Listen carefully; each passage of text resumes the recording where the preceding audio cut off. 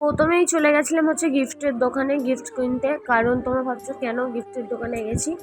গিফটের দোকানে গিফট কিনতে গেছিলাম এই জন্য যে আমার একটা ফ্রেন্ড আছে, তার মা বাবার হচ্ছে অ্যানিভার্সারি ছিল।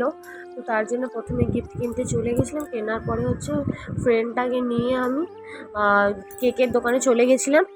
কেকের দোকান থেকে ওখানে কেক নিয়ে বাড়ি এসে রেডি হয়ে মাম্মামকে রেডি করে চলে এসেছিলাম ওই ফ্রেন্ডের বাড়িতে। আসার পরে হচ্ছে ফ্রেন্ডকে সবাইকে বললাম, প্রথমে হাই করে দিই, সবাই হাই করে দিল।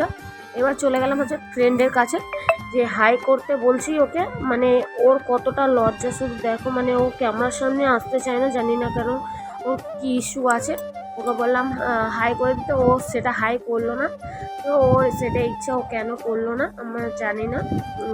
যাই হোক, তারপরে এখানে কেক কাটিং শুরু হয়ে গেছে। আঙ্কেল আর আন্টি মিলে কেক কাটিং করছে। আর এখানে সবাইকে দেখাচ্ছে, সবাই এখানে ভিডিও করছিল। এখানে কেক কাটিং চলছে আর এখানে খাওয়াচ্ছে সবাইকে। আঙ্কেল আন্টি প্রথমে দুজনকে খাইয়ে নিল, তারপরে হচ্ছে কি সবাইকে খাওয়াচ্ছিল। তো এখানে আমাকে খাইয়ে দিলে, এখানে পরপর সবাইকে খাওয়ানো হচ্ছে। এখানে খাওয়ানোর পর হচ্ছে আমরা সবাই খেতে বসে পড়েছিলাম। ওরা ওদিকে খেতে বসে পড়েছে, এদিকে মা বসে গেছিলো, তারপরে হচ্ছে আমি খেয়ে নিয়েছিলাম। তো আজকের মিনি ব্লগটা এতটাই, আবার নেক্সট মিনি ব্লগের সাথে আসছি। চলো আজকের জন্য টাটা।